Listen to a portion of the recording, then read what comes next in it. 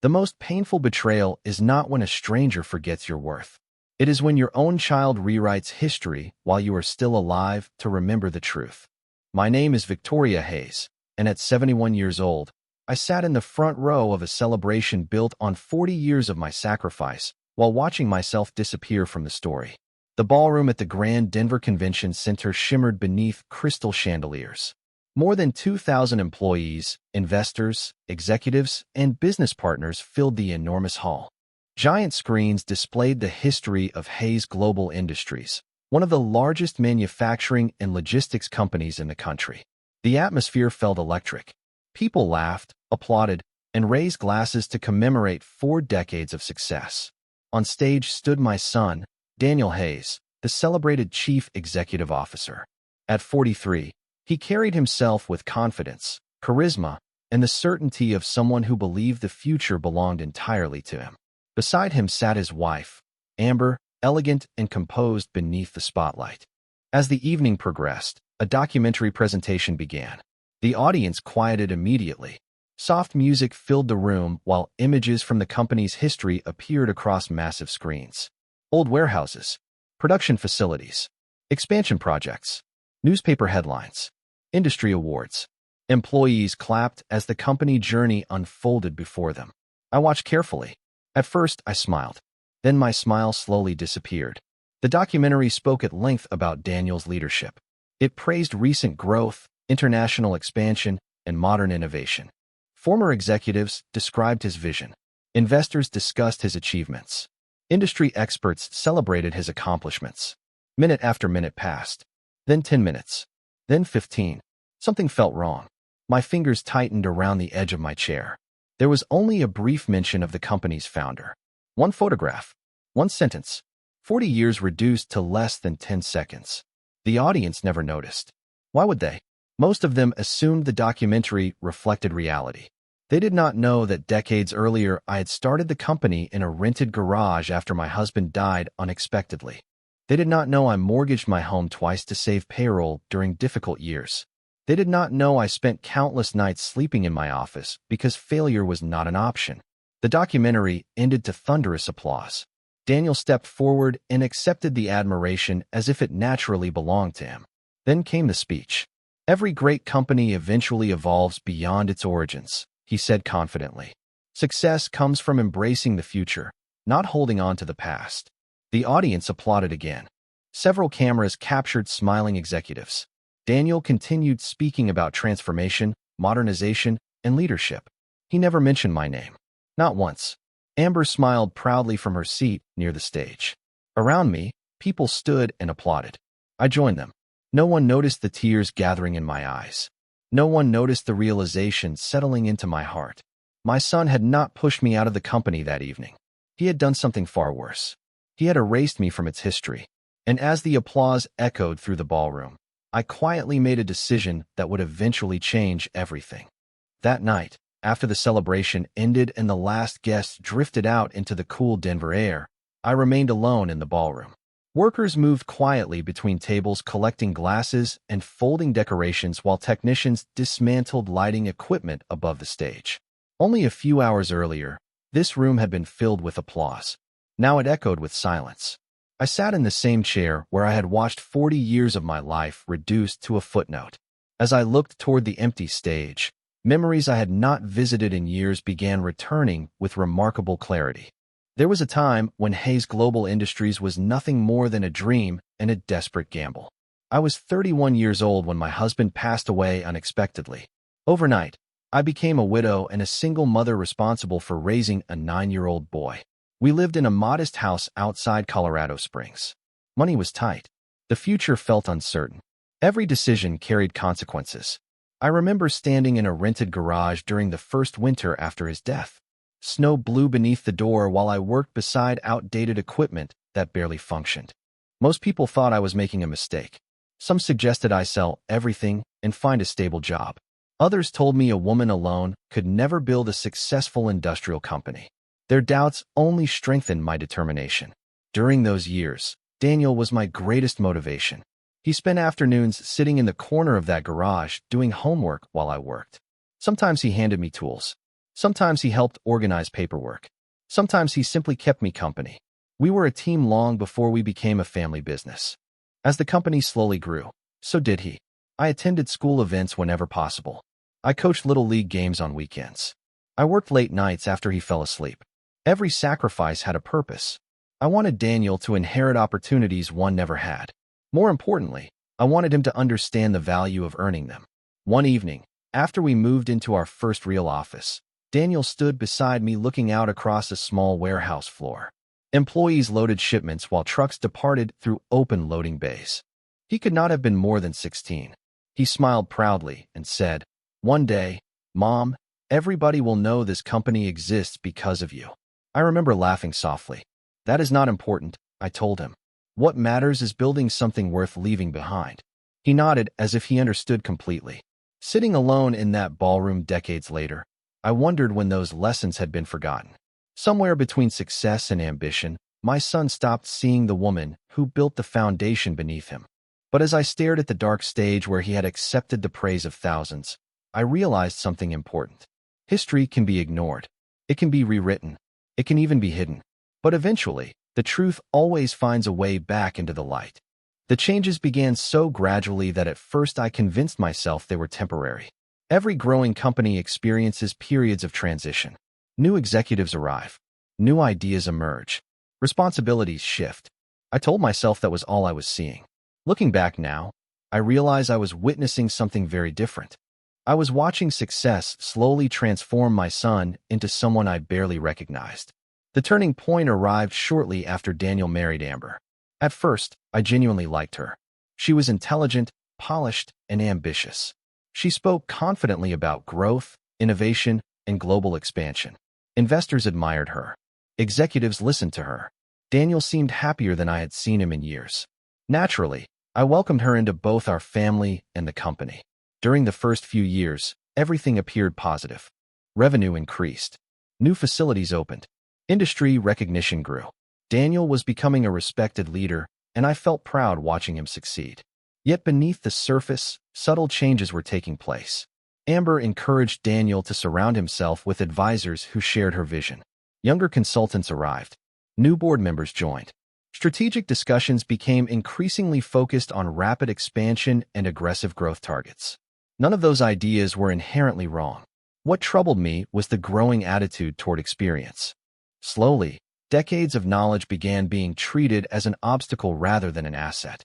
During executive meetings, I noticed Daniel interrupting me more often. Suggestions that once received careful consideration were dismissed within seconds. When I raised concerns about risk, I was labeled cautious. When I advised patience, I was called outdated. The words were never openly disrespectful. They did not need to be. Their meaning was clear enough. One afternoon, I arrived at headquarters expecting to attend a major acquisition meeting. Several board members looked surprised to see me. Confused, I asked for the conference room location. An executive quietly informed me the meeting had already taken place earlier that morning. Apparently, someone forgot to notify me about the schedule change. Daniel apologized later. He blamed miscommunication. I accepted the explanation. Then it happened again. And again. Each incident seemed small on its own. Together, they revealed a pattern. Around the same time, company press releases began changing. Interviews highlighted Daniel's leadership almost exclusively. Articles discussing Hayes Global Industries focused on recent achievements while barely mentioning the decades that came before. The company history seemed to begin wherever Daniel's leadership started. My role slowly faded from public view. One morning, while touring headquarters, I stopped in front of a new display celebrating the corporation's milestones. Expansion projects I financed. Facilities I personally developed. Crises I navigated. Years of sacrifice. Most of it was absent. Daniel's accomplishments dominated the presentation. Mine occupied a small corner. Standing there, I experienced a strange realization. My son was not intentionally destroying the company I built. He was doing something far more dangerous. He was forgetting why it existed in the first place. And surrounded by praise, power, and ambition, he never noticed how far he had drifted from the values that once made him worthy of both. The official separation happened 6 months after the anniversary celebration. By then, the distance between Daniel and me had become impossible to ignore. One morning, He invited me to a private meeting at headquarters. The conference room overlooked downtown Denver, and through the glass walls I could see employees moving through the building that had once felt like a second home. Daniel spoke professionally. Too professionally. He explained that the company needed a more streamlined leadership structure. He talked about efficiency, modernization, and preparing for future opportunities. The words sounded polished, carefully rehearsed, and strangely empty. Amber sat beside him, quietly observing. When Daniel finished, he proposed moving me into a ceremonial founder position with no involvement in daily operations or strategic decisions. On paper, it sounded respectful. In reality, it meant surrendering every meaningful responsibility I still held. I listened without interruption. Years earlier, I might have argued. I might have reminded him where the company came from. Instead, I simply asked whether this was truly what he wanted. Daniel hesitated for only a second before saying yes. That single word told me everything. I smiled, thanked him for his honesty, and accepted the transition. The relief on his face was immediate. He believed the conversation was over. He believed the chapter had closed. What he did not realize was that some chapters leave behind unfinished sentences. Over the following weeks, I cleared my office. I packed photographs, awards, notebooks, and decades of memories into boxes. Employees stopped by to say goodbye. Some hugged me. Some cried. Many expressed confusion. I reassured them that everything would be fine. They deserved stability, not drama. On my final afternoon, I locked the office door for the last time and walked through the building alone. Every hallway carried memories. Every conference room reminded me of challenges overcome and victories earned. Yet I felt surprisingly calm. That evening, I met Margaret Collins for dinner. Margaret had served as corporate counsel for nearly 30 years and knew the company almost as well as I did. After listening quietly to everything that had happened, she opened a leather folder she had brought with her. Inside were legal documents dating back decades. She slid one of them across the table toward me. "I doubt anyone remembers this exists," she said. I studied the page and immediately recognized it.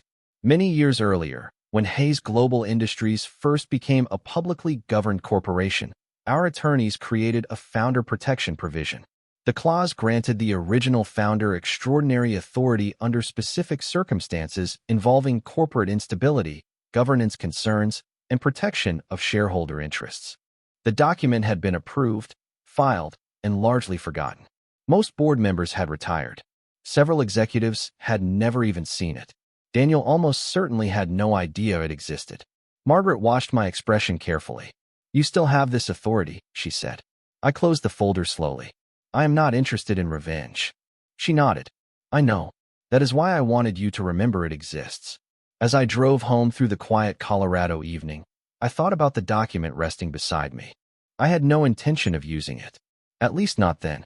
Still, for the first time in months, I understood something important. Daniel controlled the company. He controlled the headlines. He controlled the boardroom. But hidden beneath the foundation of the empire I built remained one final safeguard. And someday, if the company itself was threatened, that forgotten piece of paper could change everything. The years that followed were some of the most remarkable and troubling years in the history of Hayes Global Industries. From the outside, Daniel appeared unstoppable. Business magazines placed him on their covers. Financial networks invited him to discuss leadership and innovation. Industry conferences treated him like a visionary. Under his direction, the company expanded into new markets across North America, Europe, and Asia. New facilities opened almost every year. Revenue climbed. Share prices increased. Investors celebrated. Employees proudly wore company logos that had become recognized around the world. Amber embraced the lifestyle that accompanied such success. Charity galas, executive retreats, and exclusive events became regular parts of their lives. Together, they looked like the perfect corporate power couple. Most people saw confidence. I saw something else. Experience teaches lessons that headlines never reveal. While the public admired growth, I quietly reviewed public filings, investor reports, and financial disclosures. Certain patterns immediately concerned me. Expansion was accelerating faster than operational stability. Acquisitions were becoming larger and more expensive. Debt levels continued rising. The company was generating impressive results, but it was also assuming increasing risk. One evening, Margaret Collins joined me for dinner at a small restaurant overlooking the mountains west of Denver. We spoke about many things before the conversation inevitably turned toward Hayes Global Industries. Margaret studied several reports before placing them on the table. "The numbers are strong," she said carefully, "but they are becoming dependent on everything continuing to go perfectly." I nodded. That was exactly what worried me. Businesses rarely collapse because of one mistake. They weaken when leaders begin believing success is guaranteed. Daniel had spent years surrounded by praise. Analysts praised him. Investors praised him. Journalists praised him. Eventually, praise can become more dangerous than criticism.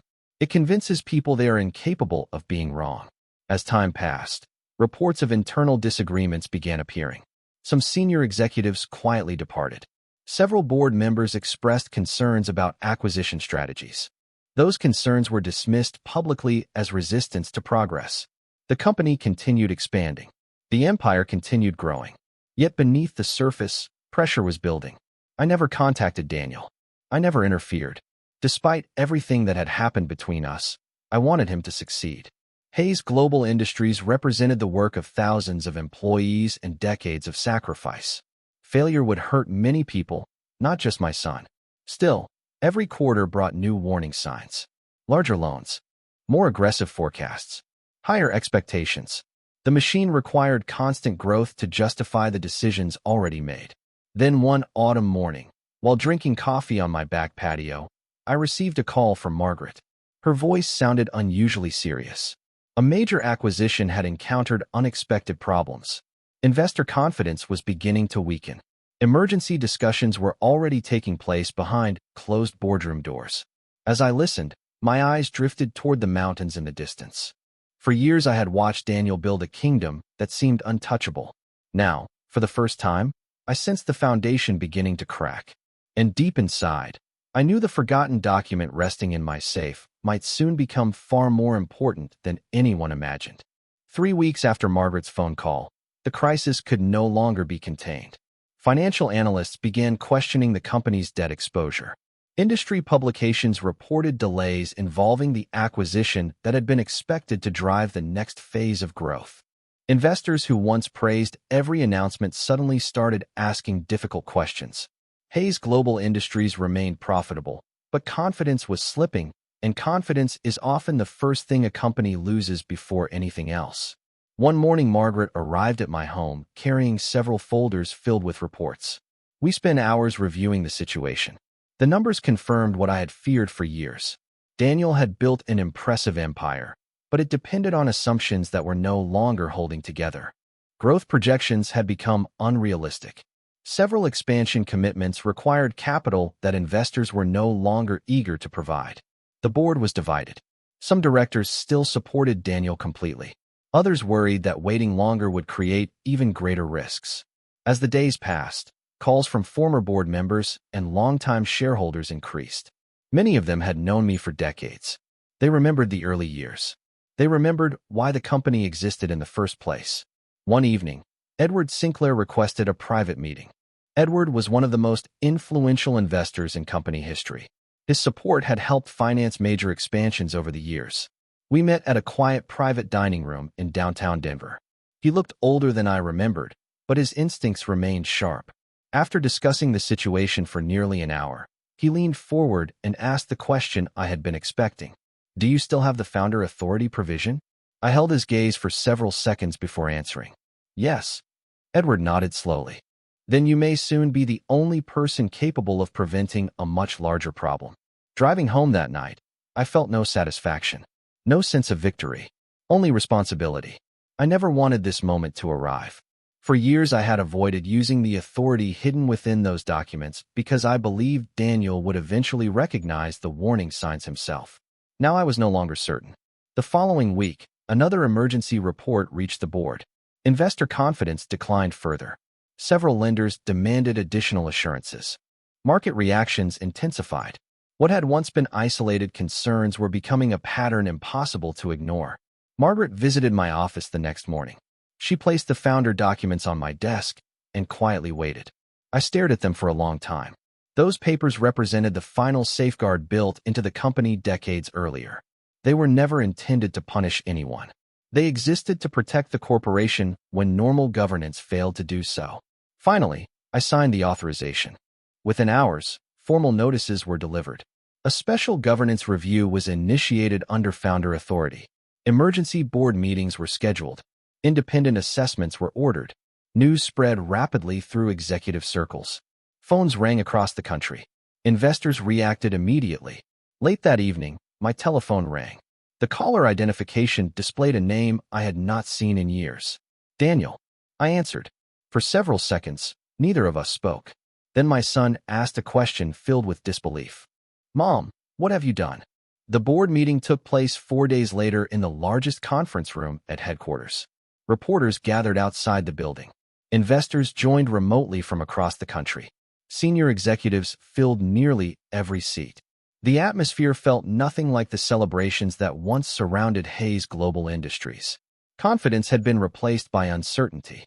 Questions had replaced applause.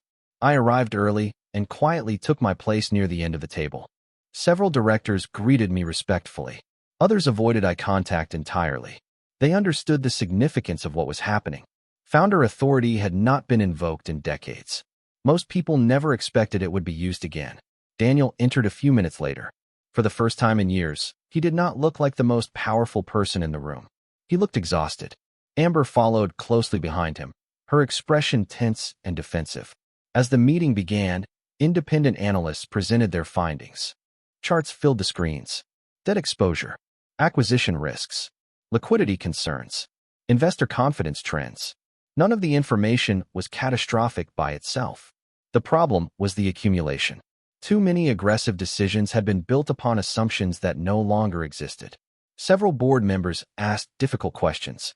Daniel answered professionally, but even he could not deny the reality appearing in front of everyone. Hours passed. Discussions grew increasingly serious. Eventually, Edward Sinclair stood and addressed the board. The room immediately fell silent. His opinion carried enormous weight. This company was built on discipline, he said calmly.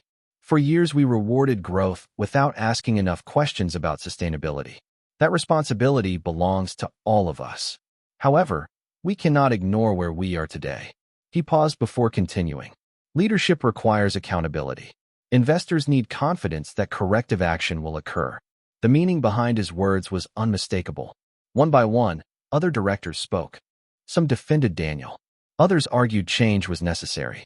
Through it all, I remained silent. I had not initiated this process to humiliate my son. I initiated it to protect the company. There is a difference. Finally, the chairman called for a vote regarding executive leadership and governance restructuring. The room became completely still. Ballots were submitted. Results were reviewed. Then the chairman announced the outcome.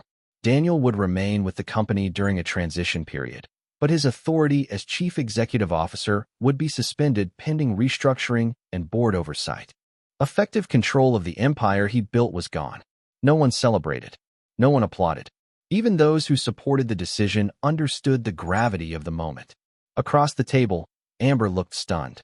Daniel simply stared at the documents in front of him. For several seconds, he said nothing at all. The meeting ended shortly afterward. Directors slowly departed. Investors disconnected. Executives returned to their offices. I remained seated, watching the empty chairs around the room. Years earlier, Daniel believed power made him untouchable. Now he understood something far more important. Every empire rests upon a foundation. And when leaders stop respecting that foundation, even the tallest structures can begin to fall. As I prepared to leave, I noticed Daniel still sitting alone at the far end of the table. For the first time since he was a young man, he looked completely lost.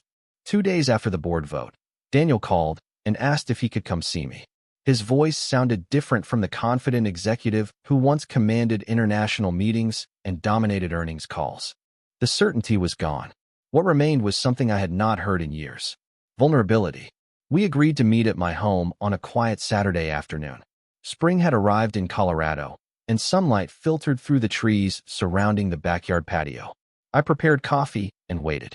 When Daniel arrived, he looked older than 43. Not physically, emotionally. The pressure of the past few weeks had left its mark. He sat across from me at the same wooden table where I often spent my mornings reading reports and watching the sunrise. For several moments, neither of us spoke. The silence felt uncomfortable at first, but eventually it became necessary. Some conversations need room before they can begin. Finally, Daniel looked down at his hands and asked the question I never expected to hear. When did I lose my way? The words hung in the air between us. There was no anger in his voice, no accusation, only genuine confusion and regret. I studied my son carefully before answering. You did not lose your way all at once, I said softly. You lost it one decision at a time. He remained silent, listening. Success came quickly. Then people started praising everything you did. At first you questioned yourself. Later you trusted yourself. Eventually you trusted yourself more than anyone else. Daniel nodded slowly.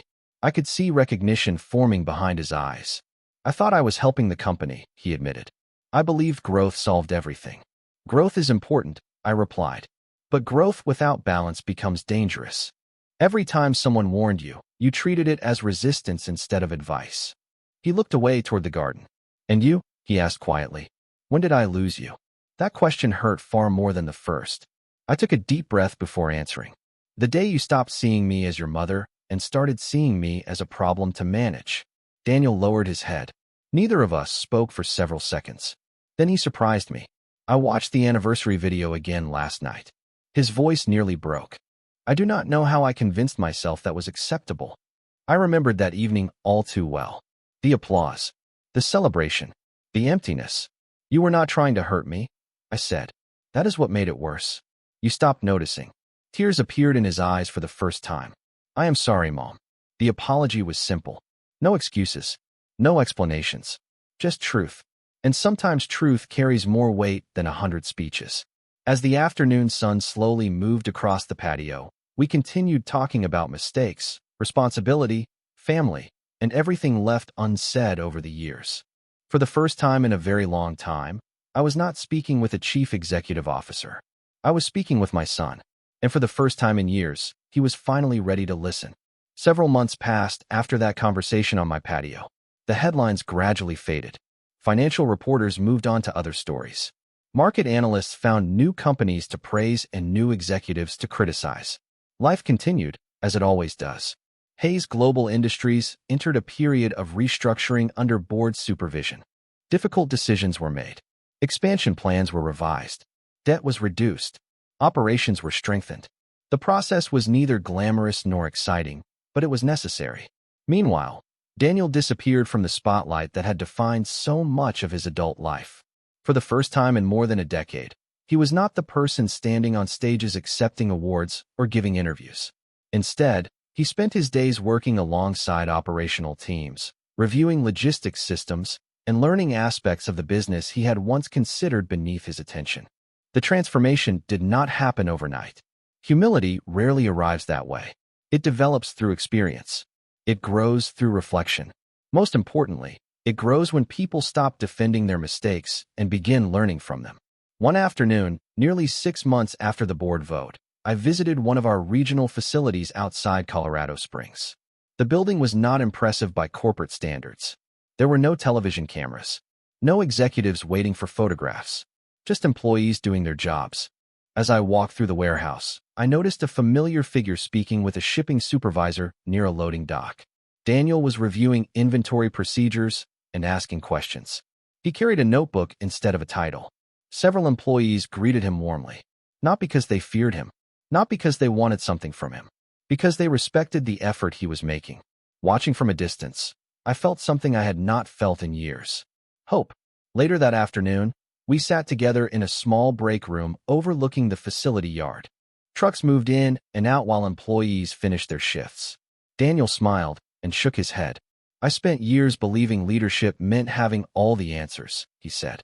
Now I realize leadership begins by asking better questions. I laughed softly.